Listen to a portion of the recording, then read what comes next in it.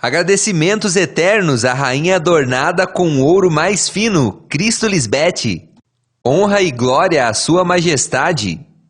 Com Deus Pai Melquisedeque, com Deus Mãe Cristo Lisbete e cada um de nós, os filhos que representamos o Filho da Promessa, somos a figura real da Trindade, a família de Deus. Graças ao livro aberto, Cristo Lisbete, hoje sabemos o tempo do fim não foi no tempo de Cristo Maria, porque sua metodologia de ensino se baseou em parábolas. Leemos em Marcos 4,12. Para que se cumpram as Escrituras, vendo o que faço, não aprenderão nada. Ouvindo o que digo, não entenderão. De outro modo, se voltariam a mim e seriam perdoados. Restava uma promessa. Por isso haveria um tempo onde Cristo não falaria mais por meio de alegorias, figuras, mas viria a hora onde se anunciaria claramente a mensagem. Essa expressão, a hora vem, profetiza de um dia onde não se falaria mais por meio de figuras ou alegorias, porque essas representam as palavras fechadas e seladas. Hoje se fala claramente ao povo. Essa hora chegou com Cristo Lisbete, a representação do livro aberto. Ela nos aclarou todas as coisas ocultas. Graças a Cristo Lisbete, nos textos anteriores, se explicou pontos nunca antes vistos, nem entendidos pela teologia, e nos referimos ao tema o verdadeiro sacrifício de Cristo. Hoje veremos o escrito número 9, e seguiremos tomando com base Hebreus 9:26.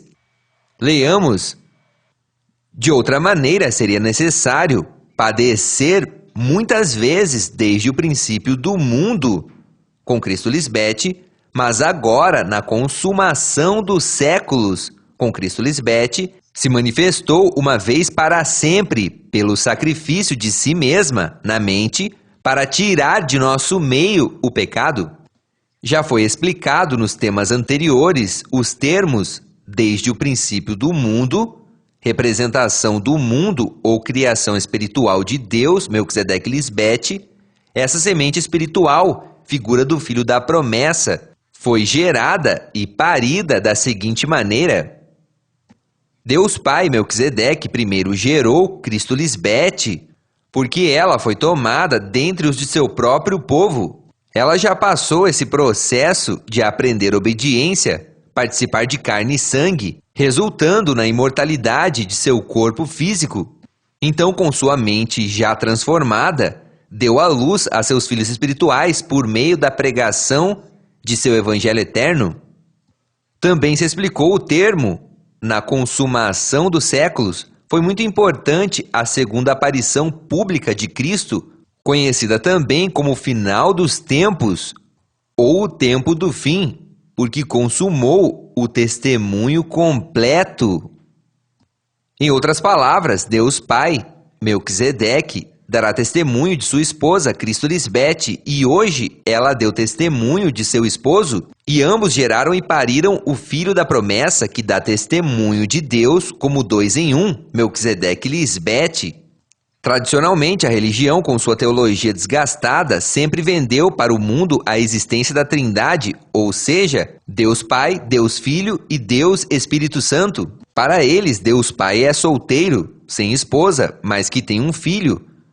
Se considerarmos isso, à luz da grande revelação de Cristo Lisbete, baseada em Hebreus 11:3, é um absurdo. Um pai não pode ter um filho sem ter uma mãe. Neste versículo se lê que o que se vê foi feito do que não se via.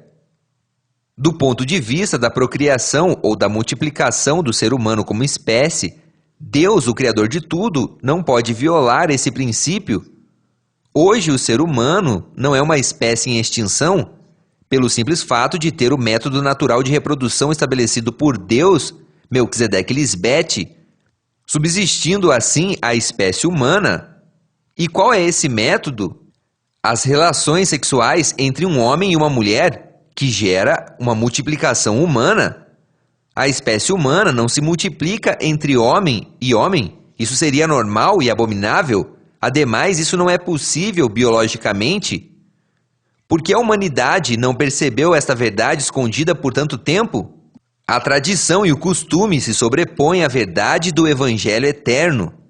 O mundo acredita no nascimento de Cristo, mas de uma maneira mística, por um espírito volátil. E isso é uma mentira. Já foi explicado anteriormente. Tudo o que é visto hoje na humanidade foi feito, foi criado. É um modelo do que não se via. E o que nós não víamos antes? A criação do mundo espiritual. O que Deus fez na criação do mundo espiritual? Varão e fêmea, a imagem e semelhança de Deus Melquisedeque Lisbete. O varão é a cabeça e a mulher é o corpo.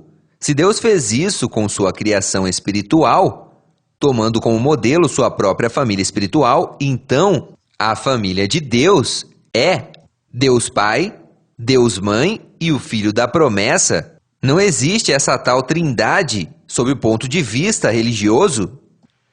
Além disso, essa trindade religiosa não reconhece a mulher como criação de Deus, tanto que o Pai, o Filho e o Espírito Santo são figuras masculinas.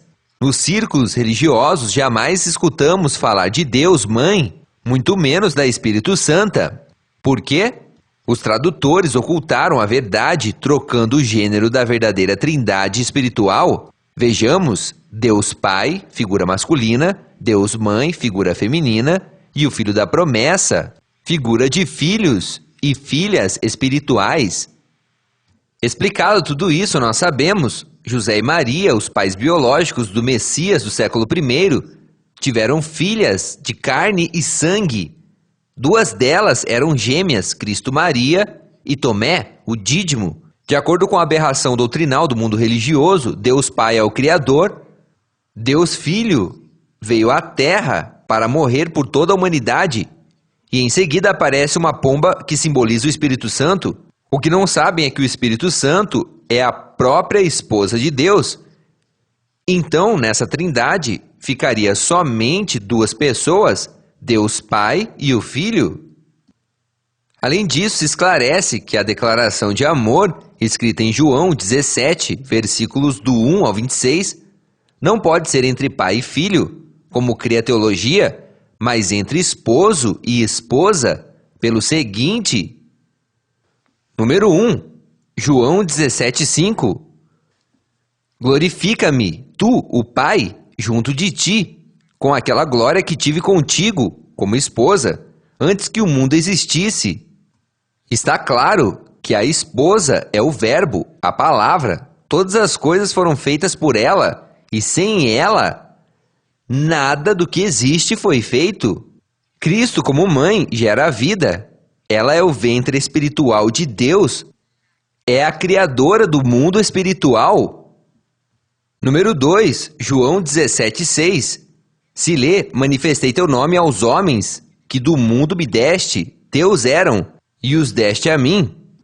A história recente dos fatos nos mostra que conhecemos o nome do Pai, Melquisedeque, graças à declaração feita por Cristo Lisbete, porque ela é a esposa de Deus, não a filha de Deus. Ademais, não existiam os filhos de Deus, sem antes ela manifestar-se.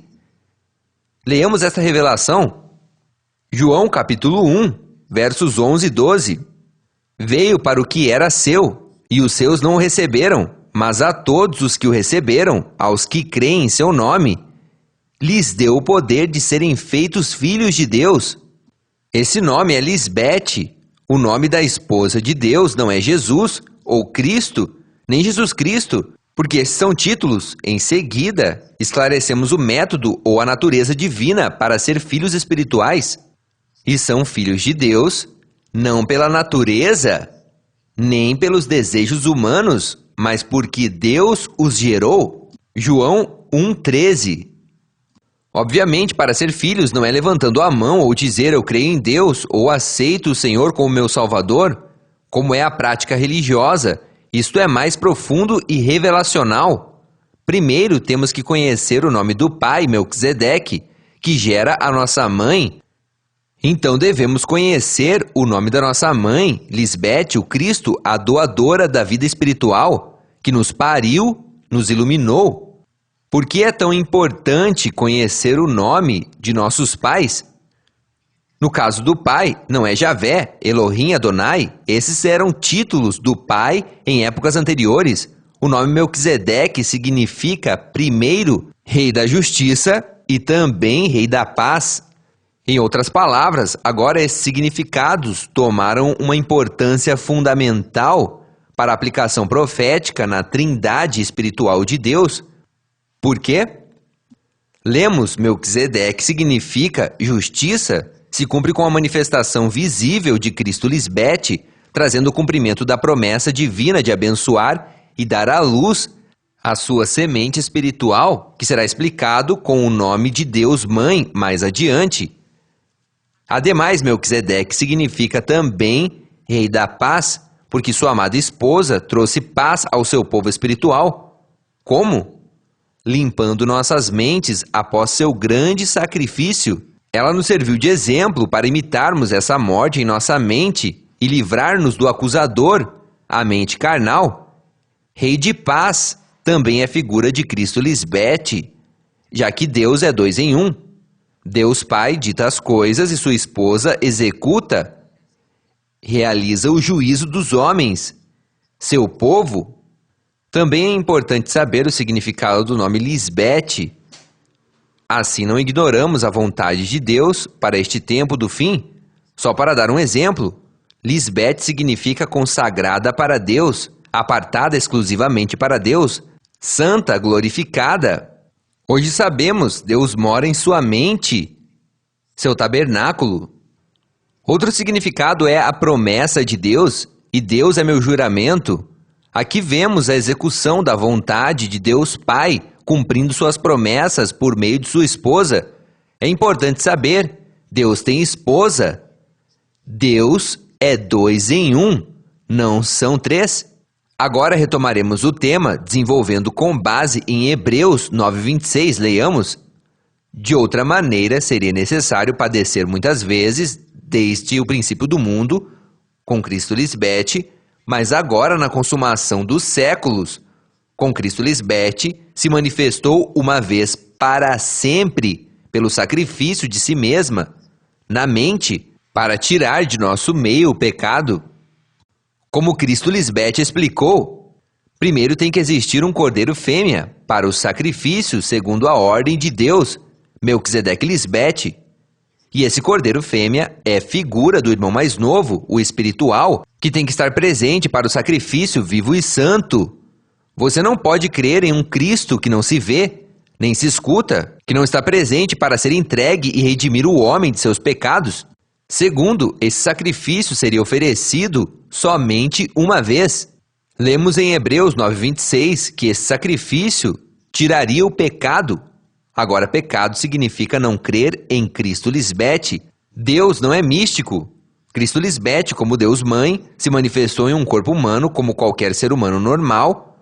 Por isso, ela anda e habita em nosso meio.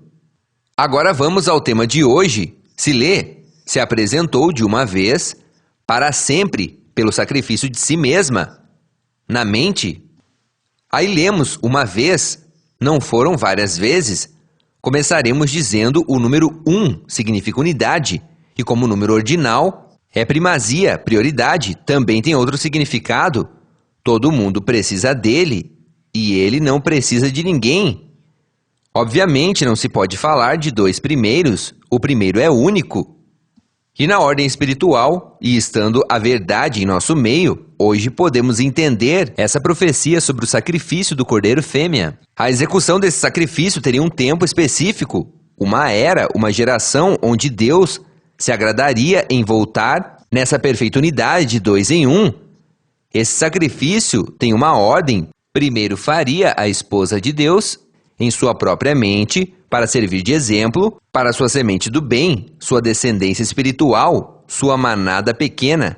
As primícias figura dos 144.000 ou dos 300 de Gideão. É importante determinar o seguinte: esse sacrifício seria uma só vez. Assim como o homem morre apenas uma vez, esclarecendo, esse sacrifício não se realizou com Cristo Maria, porque sua morte não foi um sacrifício. Ela não se ofereceu para morrer numa cruz. Ela rogou e suplicou com muito choro, porque não queria morrer. Ela sabia que sua morte física seria a condenação de todo ser humano. Os religiosos de sua época a ofereceram contra a sua vontade, interpretando mal as Escrituras. Hoje sabemos, a missão do Cristo, o Cordeiro do primeiro século, era pregar o Evangelho, não morrer numa cruz. Daí vem a grande revelação de Cristo Lisbete ao afirmar: essa morte foi um assassinato. Portanto, ali não ocorreu nenhuma vitória sobre a morte, pelo contrário, tanto Cristo como sua descendência morreram. Cristo Maria morreu e jamais se levantou do sepulcro. Não houve tal ressurreição dos mortos, porque os mortos físicos não ressuscitam. Esse corpo deixou para sempre de ser. Isso foi um fracasso. Quando ela foi assassinada, não conseguiu salvar ninguém, nem a si mesma. Toda essa geração se perdeu. Temos evidência para respaldar isto? Somente estando o livro aberto, Cristo Lisbete, podemos ver claramente essa profecia. Leamos em Isaías 22, dos versos 22 ao 25. Começaremos vendo detalhadamente o versículo 22. E porei a chave da casa de Davi sobre o seu ombro. Ele abrirá e ninguém fechará, fechará e ninguém abrirá. Em outra versão se lê claramente: em seus ombros colocarei a chave da casa de Davi. Ninguém poderá fechar o que ela abrir, nem abrir o que ela fechar. Aqui vemos as figuras, a casa de Davi, a descendência representada em Cristo Maria, a figura da chave, figura de ter toda a responsabilidade e a autoridade para abrir o reino de Deus nas mentes dos filhos, figura do reinado de Davi. Uma chave comum é usada para abrir e fechar uma porta, figura de colocar ou remover. Deus não pede conselho, por exemplo, Deus põe ou remove reis. Leamos Isaías 40, versos 13 e 14. Quem ensinou o espírito de Melquisedeque Lisbete, ou foi seu conselheiro? A quem pediu conselho para ser notificado? Quem lhe ensinou o caminho do juízo? Ou lhe ensinou conhecimento? Ou lhe mostrou o caminho da prudência, sabedoria? Obviamente, quando lemos, em seus ombros colocarei a chave da casa de Davi, refere-se ao último Cristo, representação espiritual do reinado eterno prometido a Davi. E esse reinado não é humano, um governo terrenal, mas um governo eterno, figura de uma mente transformada, ou seja, reinar sobre a mente carnal. Cristo Lisbete é essa pessoa com toda a autoridade divina para reinar primeiramente sobre sua própria mente e depois nas mentes dos seus filhos, vencendo assim a morte para sempre. Esse é o reinado eterno prometido a Davi. É uma grande notícia saber que o ser humano pode chegar a ser imortal, mas há um requisito: crer no Cristo imortal e guardar os seus mandamentos, porque ela tem a chave da casa de Davi, ou seja, tem as chaves da morte e do Hades, tem as chaves do reino da morte. Também vemos a figura de e abrirá e ninguém fechará, fechará e ninguém abrirá. Em outras palavras, Cristo Lisbete tem total autoridade para dar vida e para dar morte. Estamos em Isaías 22, do 22 ao 25. Já lemos o verso 22, agora passamos ao verso 23. E o fincarei como cravo em lugar firme, e será como trono de honra para a casa de seu pai. Vejamos esta versão. Ele será como um trono de honra para a família de seu pai. Eu farei que fique firme em seu lugar, como se fosse um cravo. Aqui vemos a figura do cravo, estaca ou pino. Cristo Maria veio para o seu povo, mas não a receberam. Ela queria salvar essa geração. Seu reinado estava firme, enquanto não a assassinaram. Agora esse trono de honra é por causa desse rei nascido da casa, linhagem de Davi. Se notarmos, Cristo Maria está vinculada com o rei Davi. As evidências indicam, se proclamou como a rainha dos judeus. A expressão em lugar firme representa um reinado, uma posição de rainha. Biblicamente, o assassinato de Cristo Maria foi na crucificação, obviamente com cravos. Portanto, estes versos e, portanto, essa profecia aponta suas armas para esse evento, porque esse reino foi tirado pela incredulidade de seu povo. Essa crucificação, além de ser um assassinato hediondo, formou falsas expectativas de vida eterna para gerações. Por isso, hoje é preciso esclarecer a todas essas pessoas enganadas pela adulteração das profecias bíblicas o seguinte: a morte de Cristo não teve nenhum efeito sobre a vida espiritual daqueles tempos, muito menos agora. Recordemos, ninguém foi salvo nos tempos bíblicos, nem Abraão, Sara, Moisés, Séfora, Daniel, Davi, Sansão, Noé e etc. Só se tornaram exemplos de obediência, mas morreram sem receber as promessas. Isso se demonstra no verso seguinte. Isaías 22, 24. Pendurarão nela toda a honra da casa de seu pai, os filhos e os netos, todos os vasos menores, desde as taças até todo tipo de jarros. Leiamos essa interessante versão, e terão que pendurar nela, no cravo, toda a glória da casa de seu pai, os descendentes de sua prole, todas as vasilhas menores, as vasilhas em forma de bacias, assim como todas as vasilhas como jarros grandes. Fazendo uma revisão minuciosa desses elementos ou figuras, taças, vasos, etc., à luz do poderoso Evangelho Eterno de nossa Mãe, Cristo Lisbete, encontramos o seguinte: no marco da crucificação de Cristo Maria, o elemento principal dessa profecia, vemos que o chamado sacrifício de Cristo levantou falsas esperanças na humanidade sobre a redenção, a imortalidade e a existência de vida após a morte. Por causa disso, é muito útil decifrar o significado dessa profecia como as figuras antes descritas. A profecia diz: pendurarão nela. De acordo com a figura, a quem penduraram em um madeiro foi a própria esposa de Deus, Cristo Maria. Ali ocorreu o pior crime da humanidade. Por isso se chama assassinato e não sacrifício. Isso já está claro. Se essa geração não creu nela, então, com a morte na cruz, se levou para a sepultura todas as esperanças da redenção dos homens, porque ela era o reino de Deus na terra em sua época. Essa morte foi um completo fracasso. Ali não houve vitória sobre a morte. Essa geração não foi salva porque mataram a filha do meu povo, figura da esposa de Deus.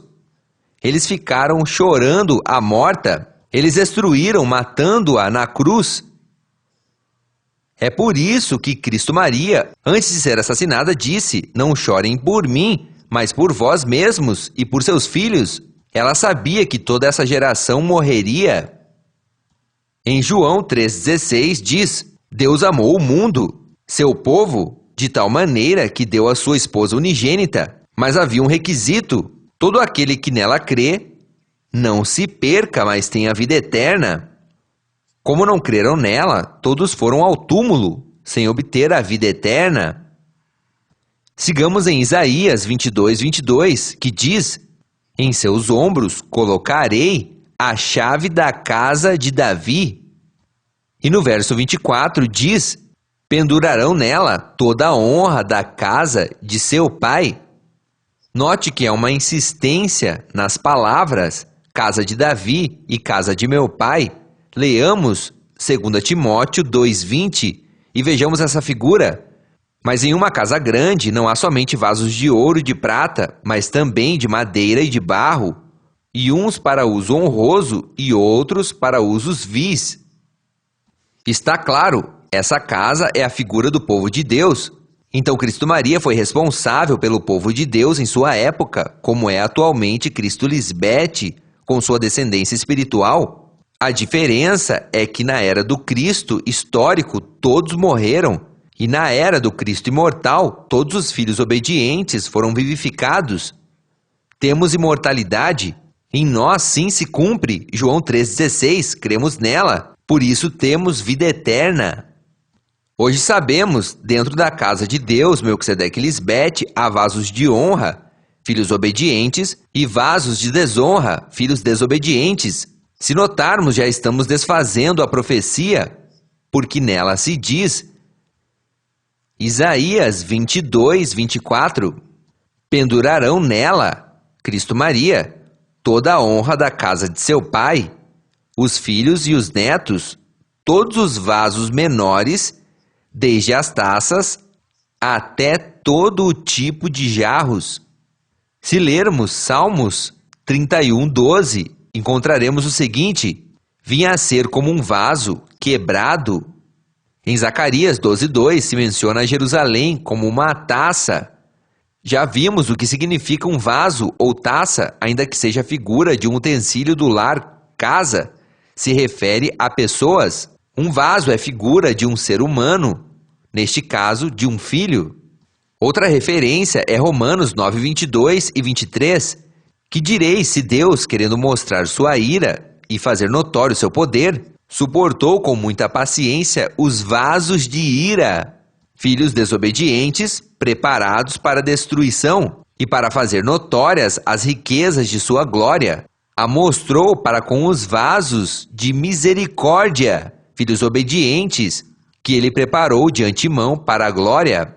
Tendo claro isso, vejamos outros exemplos das outras figuras penduradas no cravo fincado, como vasilhas, jarros, taças, etc. Lamentações 4:2. Como são tidos por vasilhas de barro, obras das mãos do oleiro. Aqui comprovamos que uma vasilha é uma pessoa feita por um oleiro, Deus, Melquisedeque e Lisbete. Neste mesmo versículo 24 de Isaías 22, algumas figuras que, à luz do Evangelho eterno, podemos decifrar seu significado. Para o caso, escrito está, pendurarão nela, Cristo, toda a honra da casa de seu pai, os filhos e os netos, todos os vasos, copos menores, desde as taças até todo tipo de jarros. Se notarmos algumas figuras interessantes como vasos, copos menores, taças, até jarros, cântaros, vasilhas, podemos afirmar as taças e os jarros são utensílios grandes, com usos maiores. Estes representariam as linhagens, os patriarcas, reis, profetas, etc. E os utensílios pequenos, ao povo de Deus, nos referimos às funções dentro dos propósitos de Deus, Melquisedeque e Lisbete, porque eles não fazem acepção de pessoas. Todas essas pessoas compõem várias gerações e podemos identificar as seguintes: as de bom testemunho, os heróis da fé, eles esperavam ao Messias, Cristo Lisbete, saudando-a de longe. E a outra geração, a do Messias assassinado em uma cruz, da maneira mais cruel. Por isso veio a eles destruição, porque essa geração a executou, pediu seu assassinato e se fizeram responsáveis pelas consequências. Estamos em Isaías 22, do 22 ao 25. Vejamos agora o verso 25. Naquele dia, diz Melquisedeque e Lisbete dos exércitos, o cravo fincado em lugar firme será tirado, será quebrado e cairá.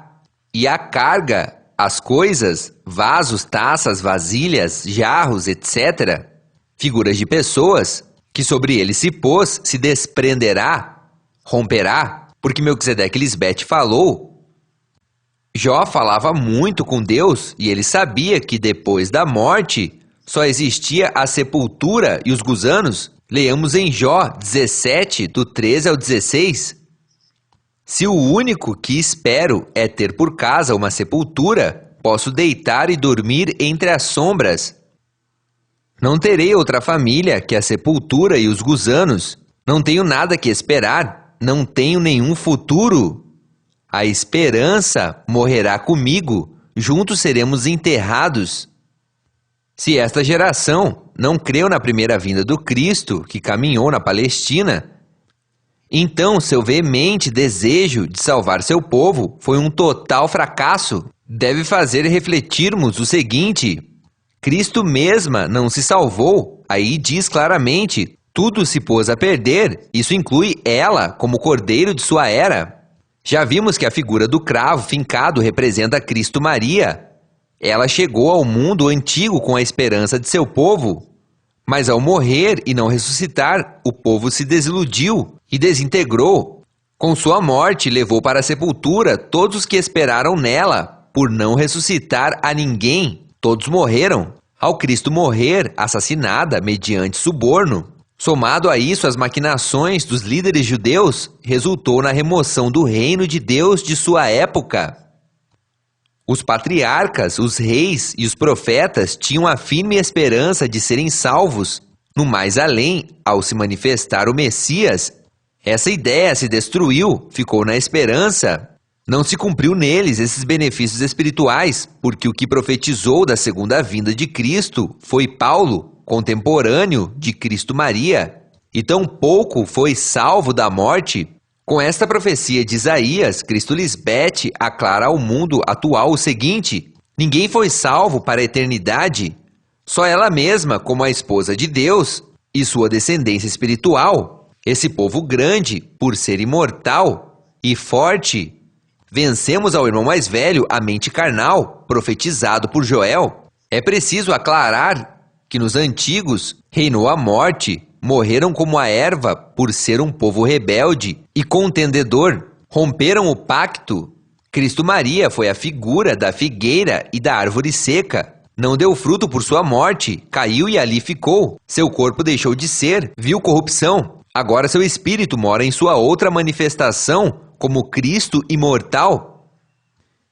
Diz a profecia: o cravo fincado em lugar firme será tirado, será quebrado e cairá. Notamos que a profecia de Isaías 30:14 diz: e será quebrado. Cristo Maria, como se quebra um vaso de um oleiro, morreu e não ressuscitou, que sem misericórdia o fazem em pedaços, foi maltratada, tanto que entre os pedaços não se acha um caco para trazer fogo do lugar, ou para sacar água do poço. Em outras palavras, essa geração fez em cacos, pedaços, o corpo de Cristo Maria, não tiveram misericórdia dela, a desfiguraram. Tanto foi seu ódio para com ela, que não só a ofereceram em sacrifício, mas a açoitaram sem se importarem que estava grávida. A desprezaram e a humilharam diante de todos, colocando cruelmente uma coroa de espinhos.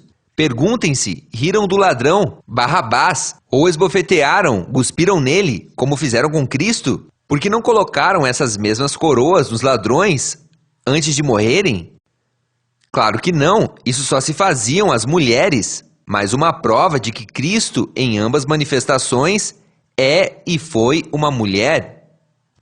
Diz o verso: como se quebra um vaso do oleiro. Morreu e não ressuscitou, que sem misericórdia o fazem em pedaços. Isaías 30:14. Além de tudo que descrevemos anteriormente, se une mais um outro ponto.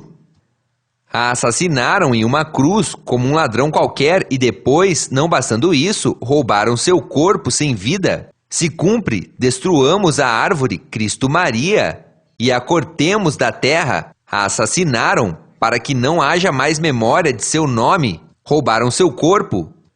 Deus Pai Melquisedeque nunca solicitou sacrifícios para agradá-lo, muito menos que assassinassem sua esposa, Cristo Maria, em sua primeira vinda. Cristo Lisbete está trazendo à luz tudo o que ocorreu no século I e sairão mais coisas, derrubando assim a empobrecida pregação religiosa. Somente ela explica corretamente os fatos e as evidências das profecias bíblicas. Hoje se acabaram os dias de luto, porque o esposo da igreja está em nosso meio, como a cabeça de seu povo redimido e transformado. Em outro tema, e isso graças à sabedoria que se fez mulher, Cristo Lisbete, continuaremos detalhando Hebreus 9:26.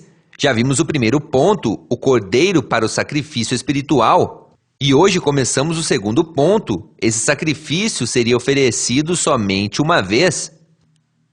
Lemos em Sofonias 1:7, cala-te na presença de Melquisedeque Lisbete, porque o dia de Melquisedeque Lisbete está perto, porque preparou o sacrifício na mente e serviu para seus convidados, suas primícias. Amada Mãe, Deus, Cristo Lisbete, o livro aberto em nosso meio, somos bem-aventurados, porque em Ti achamos a sabedoria e adquirimos a inteligência. Eis que Tu amas a verdade no íntimo. Porque Tuas são todas as coisas, a Ti seja a glória pelos séculos. Amém. Aleluia.